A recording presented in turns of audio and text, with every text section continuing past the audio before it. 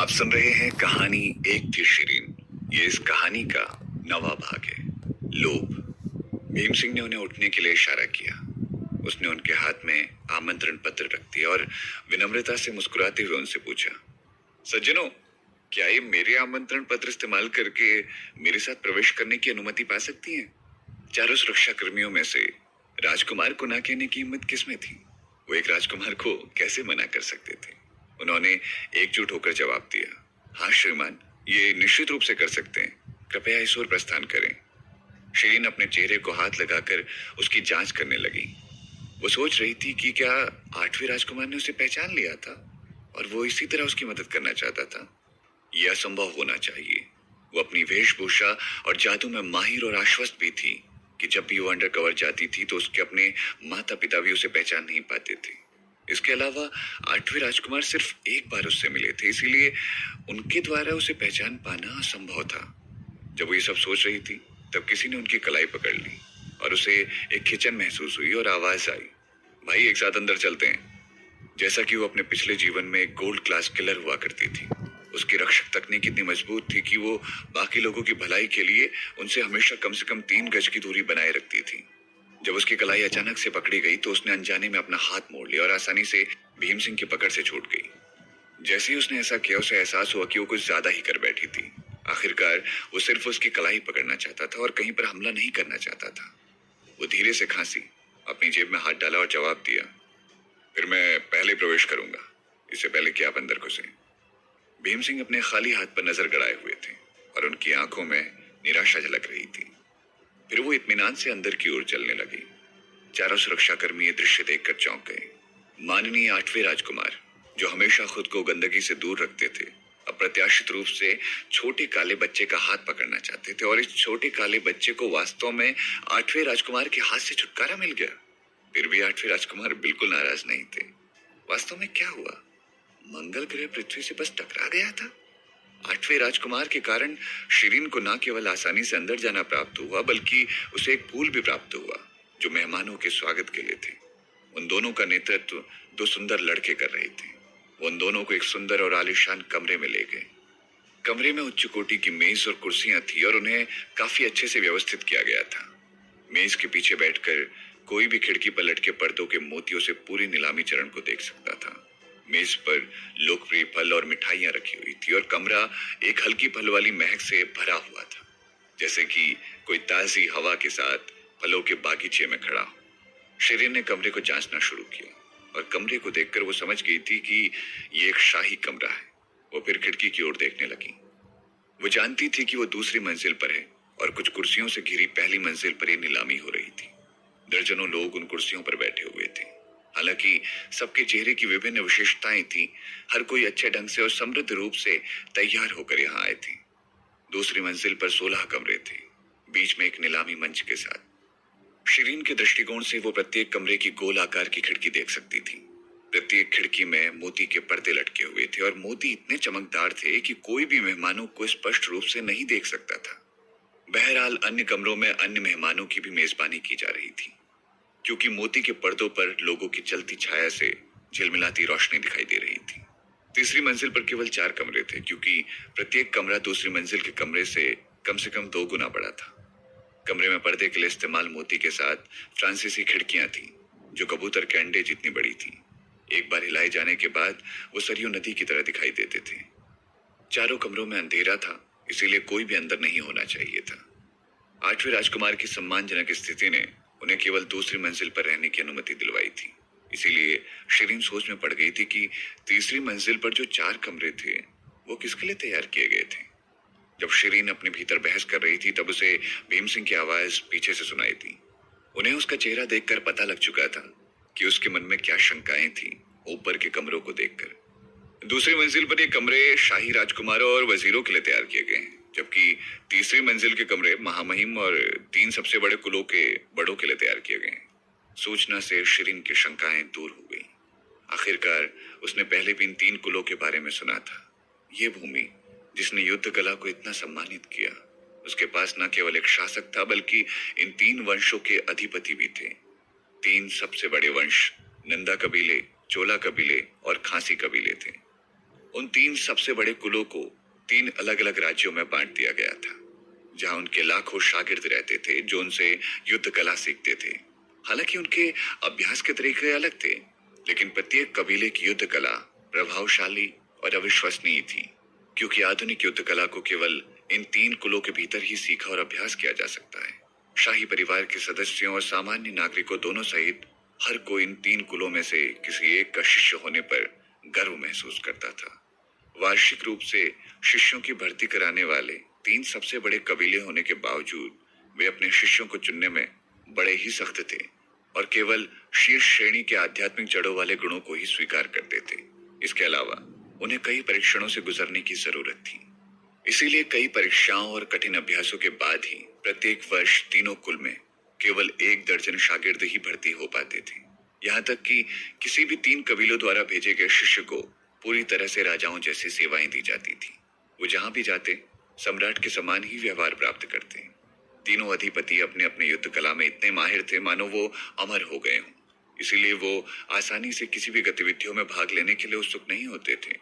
अधिकांश समय वो अपने मुख्य शिष्यों को भेजते थे। इन शिष्यों में आमतौर पर कम से कम एक व्यक्ति का दर्जा ऊंचा होता था और उसके पास अधिपति का पत्र होता था जो अधिपति का प्रतिनिधित्व करता था। इस प्रकार प्रत्येक देश निश्चित रूप से उनका स्वागत करता था। हर देश में विशेष डाकघर, खाने की जगह और यहाँ तक कि उनके लिए नीलामी कक्ष के भीतर भी एक विशेष कमरा था। शिरीन ने तीसरी मंजिल को देखने के लिए अपना सर उठाया और एक आह भरी, क्योंकि उसकी वर्तमान पहचान उसे पहली मंजिल पर बैठने की अनुमति दे सकती थी। हालांकि पहली मंजिल और तीसरी मंजिल में सिर्फ 2 मंजिलों का फासला था, लेकिन प्राप्त व्यवहार काफी अलग था। ऐसा लगता था इन कुलों के अधिपति इसके युग के पोप फ्रांसिस के समान थे। उन्हें सम्राट के समान दर्जा प्राप्त था, लेकिन उनकी शक्ति और अधिकार स्वयं सम्राट की तुलना में अधिक मजबूत थी। छोटे भाई, आप यहाँ से क्या खरीदना चाहते हैं? भीम सिंह ने चाय की चुस्की लेते हुए पूछा। वो चाय पीता हुआ काफी अच्छा और राजसी लग रहा था। शिरीन ने उस पर नजर रखी और जैसा कि उसने व्यापक रूप से देखा, वो जानती थी कि भीम सिंह चाय बनाने में अच्छा था और वो उसके पूर्व प्रेमी डॉक्टर नमित गुप्ता से बहुत बेहतर था। उसका दिल डूब गया क्योंकि वो व्यक्ति वापस याद करने लायक नहीं था। फिर वो अजीब तरह से बेचैन महसूस करने लगी और जम्हाई ली। मैं यहाँ सिर्फ घूमने और सीखने के लिए आई हूँ। इसी बीच नीलामी पहले ही शुरू हो चुकी थी। शिरीन एक नजर लेने के लिए खिड़की पर झुक गई और अपने आप में आहें भरने लगी। सभी नीलाम किए गए उत्पाद ठीक थे और शुरुआती कीमत कम से कम उच्च तक जा रही थी। बहरहाल उसे निराशा से पता चला कि उसे जो पैसे मिलते थे वो नीलामी में उसे सबसे सस्ता उत्पाद भी नहीं खरीदवा सकते थे। सौभाग्य से वो सिर्फ कुछ ज्ञान हासिल करने यहाँ आई थी। आखिरकार उसके पास पिछले मासिक की स्मृति थी और वो अक्सर बाहर नहीं जाती थी और घर के अंदर रहने की बड़ी ही इच्छुक थी। इस प्रकार उसका ज्ञान बहुत सीमित और अपर्याप्त था। इस युग में पुस्तकें अभी तक लोकप्रिय नहीं थी। इसके अलावा जिन किताबों को वो कठिनाई से ढूंढती थी वो पारंपरिक खड़ी भाषा में लिखी गई थी, विराम चिन्ह के बिना। इस प्रकार वो सिर्फ कुछ पन्नों को पढ़कर एक अजीब चक्कर महसूस करने लगती थी।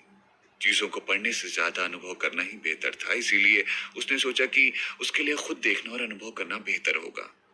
छोटे भाई, आप वास्तव में सीखने के लिए तैयार हैं? आइए, अपने गले को भिगोने के लिए एक कप चाय पीजिए।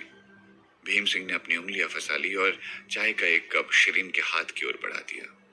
शिरीन ने अपना हाथ बढ़ाया और चाय का कप उसके हथेली से ले लिया। शुक्रिया चाय के लिए और मिठाई के लिए भी। भीम सिंह की आंखें थोड़ी चमक उठी, क्योंकि उन्होंने गुप्त रूप से अपनी आत्मशक्ति का 30% इस्तेमाल किया और कोई भी समान स्तर की आत्मा बिना शक्ति के उस कप को प्राप्त नहीं कर सकती थी। उनके आश्चर्य के लिए छोटे काले बच्चे ने आसानी से कप प्राप्त कर लिया था। उसे हैरानी इस चीज की थी कि वो ये नहीं देख पा रहा था कि वो किस आध्यात्मिक शक्ति का उपयोग कर रहा था। वो ना तो नासमझ था और ना ही ऐसा व्यक्ति जो अन्याय के खिलाफ बचाव करता।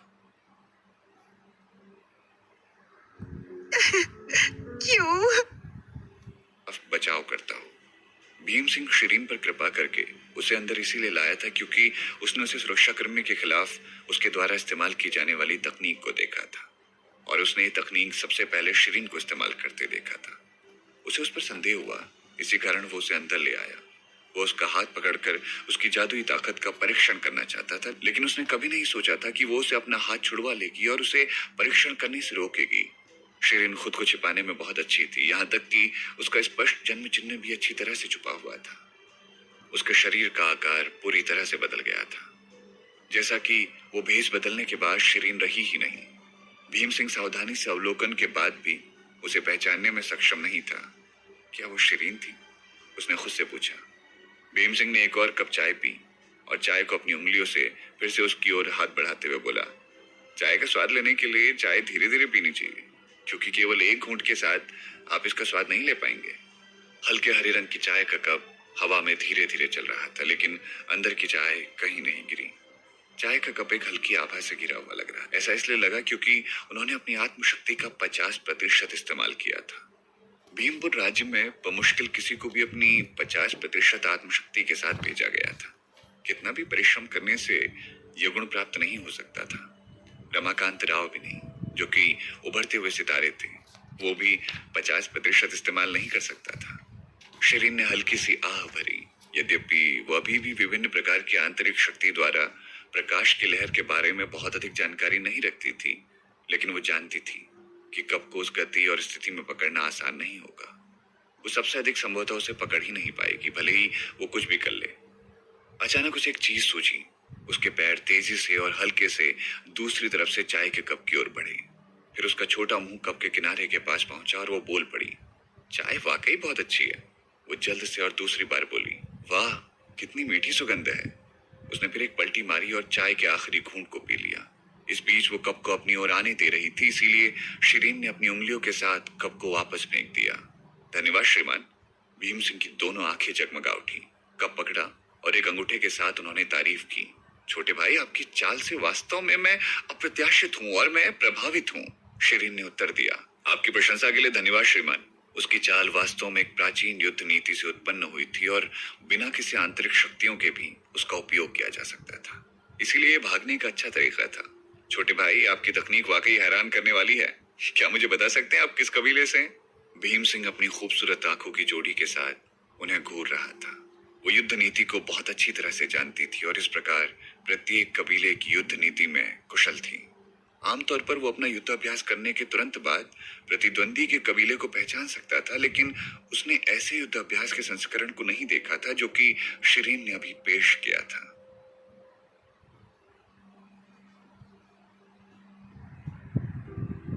आप सुन रहे हैं कहानी